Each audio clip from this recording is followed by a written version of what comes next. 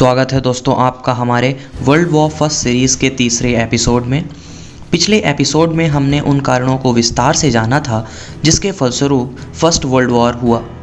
आज के इस एपिसोड में हम फर्स्ट वर्ल्ड वॉर के परिणामों के बारे में विस्तार से जानेंगे। प्रथम विश्व युद्ध का अंत अप्रैल 1917 में अमेरिका के युद्ध में सम्मिलित होने के एक साल बाद हुआ। सेंट्रल पावर्स की पराजय और मित्र राष्ट्रों की विजय की श्रृंखला आरंभ हुई। बाध्य होकर अक्टूबर से नवंबर 1918 में टर्की और ऑस्ट्रिया ने आत्मसमर्पण कर दिया। जर्मनी अकेला पड़ गया। युद्ध में पराजय, इकोनॉमिक क्राइसिस और लोगों के आक्रोश के कारण विद्रोह की स्थिति उत्पन्न हो गई। इस स्थिति में जर्मन काइजर विलियम II को गद्दी त्यागनी पड़ी। वह भागकर हॉलैंड चला गया और जर्मनी में वीमर रिपब्लिक की स्थापना हुई। नई सरकार ने 11 नवंबर 1918 को युद्ध विराम के घोषणा पत्र पर हस्ताक्षर कर दिया और इसके साथ ही कैटास्ट्रॉफिक प्रथम विश्व युद्ध समाप्त हुआ। आइए जानते हैं अब वर्ल्ड वॉर फर्स्ट के परिणामों के बारे में। परिणामों के दृष्टिकोण से प्रथम विश्व युद्ध को वर्ल्ड हिस्ट्री का एक परिवर्तन बिंदु या पॉइंट ऑफ चेंज माना गया है। इसके अनेक तत्कालीन और दूरगामी परिणाम हुए। इस युद्ध का प्रभाव राजनीतिक, सैनिक, सामाजिक, वैज्ञानिक और अर्थव्यवस्था पर पड़ा। तो दोस्तों, हम बात करते हैं अब वर्ल्ड वॉर फर्स्ट के राजनीतिक परिणामों के बारे में। वर्ल्ड वॉर फर्स्ट के राजनीतिक परिणाम का पहला बड़ा चेंज था साम्राज्य का अंत। प्रथम विश्व युद्ध में जिन बड़े साम्राज्यों ने सेंट्रल पावर्स के साथ भाग लिया था, उनका युद्ध के बाद पतन हो गया। पेरिस शांति सम्मेलन के परिणाम स्वरूप ऑस्ट्रिया हंगरी साम्राज्य बिखर गया। जर्मनी में होहेनज़ोलन और ऑस्ट्रिया हंगरी में हैब्सबर्ग डायनेस्टी का शासन समाप्त हो गया एवं वहां गणतंत्र की स्थापना हुई। इसी प्रकार 1917 में रशियन रिवॉल्यूशन के परिणाम स्वरूप रशिया में रोमानोव डायनेस्टी की सत्ता समाप्त हो गई एवं वहां गणतंत्र की स्थापना हुई। टर्की का ऑटोमान एम्पायर भी समाप्त हो गया। उसका अधिकांश भाग ग्रीस और इटली को दे दिया गया। प्राचीन राजवंशों का भी अंत हुआ। यूरोप पर जनता का अधिकार स्थापित हो गया। यूरोप में नए 11 रिपब्लिक स्टेट्स की स्थापना हुई जो इस प्रकार हैं: Germany, Austria, Poland, Russia, Czechoslovakia, Lithuania, Latvia, Estonia, Finland, Ukraine and Turkey. World war first का अगला असर वर्ल्ड मैप में परिवर्तन के साथ हुआ। प्रथम विश्व युद्ध के बाद विश्व मानचित्र में परिवर्तन आया। साम्राज्यों के डिसोल्यूशन के साथ ही पोलैंड, चेकोस्लोवाकिया और यूगोस्लाविया जैसे नए राष्ट्रों का उदय हुआ। ऑस्ट्रिया, जर्मनी, फ्रांस और रशिया की सीमाएं बदल दी गईं। बाल्टिक एम्पायर रशियन एम्पायर से स्वतंत्र कर दिए गए।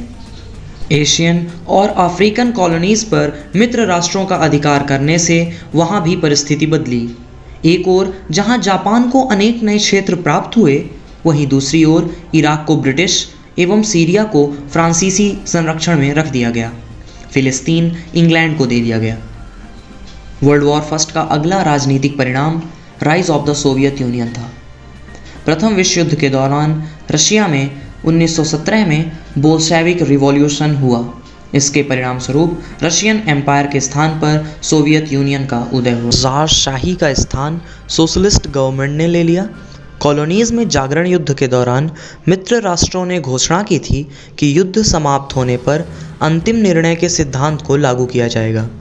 इससे अनेक कॉलोनीज और पराधीन देशों में स्वतंत्रता प्राप्त करने की भावना बदलती हुई दिखी। प्रत्येक कॉलोनीज में नेशनलिस्ट मूवमेंट आरंभ हो गए। भारत में भी महात्मा गांधी के नेतृत्व में 1917 से स्वतंत्रता संग्राम का निर्णायक चरण आरंभ हुआ। वर्ल्ड वॉर फर्स्ट के कारण विश्व राजनीति में से यूरोप का प्रभाव कम पड़ने लगा। युद्ध के पूर्व तक विश्व राजनीति में यूरोप का लीडिंग रोल था। रशिया, जर्मनी, फ्रांस और इंग्लैंड के इर्द गिर्द वर्ल्ड पॉलिटिक्स घूमती थी, परंतु 1918 के बाद यह स्थिति बदल गई। पोस्ट वॉर पीरियड में अमेरिका का दबदबा बढ़ गया। पोस्ट वॉर पीरियड के बाद अधिनायकवाद या डिक्टेटरशिप का भी उदय हुआ। प्रथम विश्व युद्ध के परिणाम स्वरूप अधिनायकवाद का उदय हुआ। ट्रीटी ऑफ वर्साइल्स का सहारा लेकर जर्मनी में हिटलर और उनकी नाजी पार्टी ने सत्ता हथिया ली। नाजीवाद ने एक नया राजनीतिक दर्शन दिया। इससे सारी सत्ता एक शक्तिशाली नेता के हाथों में केंद्रित कर दी गई। जर्मनी के समान इटली में भी मुसोलिनी के नेतृत्व में फांसीवाद का उदय हुआ। इटली भी पेरिस कॉन्फ्रेंस से असंतुष्ट था, अतः मित्र राष्ट्रों के प्रति इटली की कटुता बढ़ती गई। हिटलर के समान मुसोलिनी ने भी सारी सत्ता अपने हाथों में केंद्रित कर ली।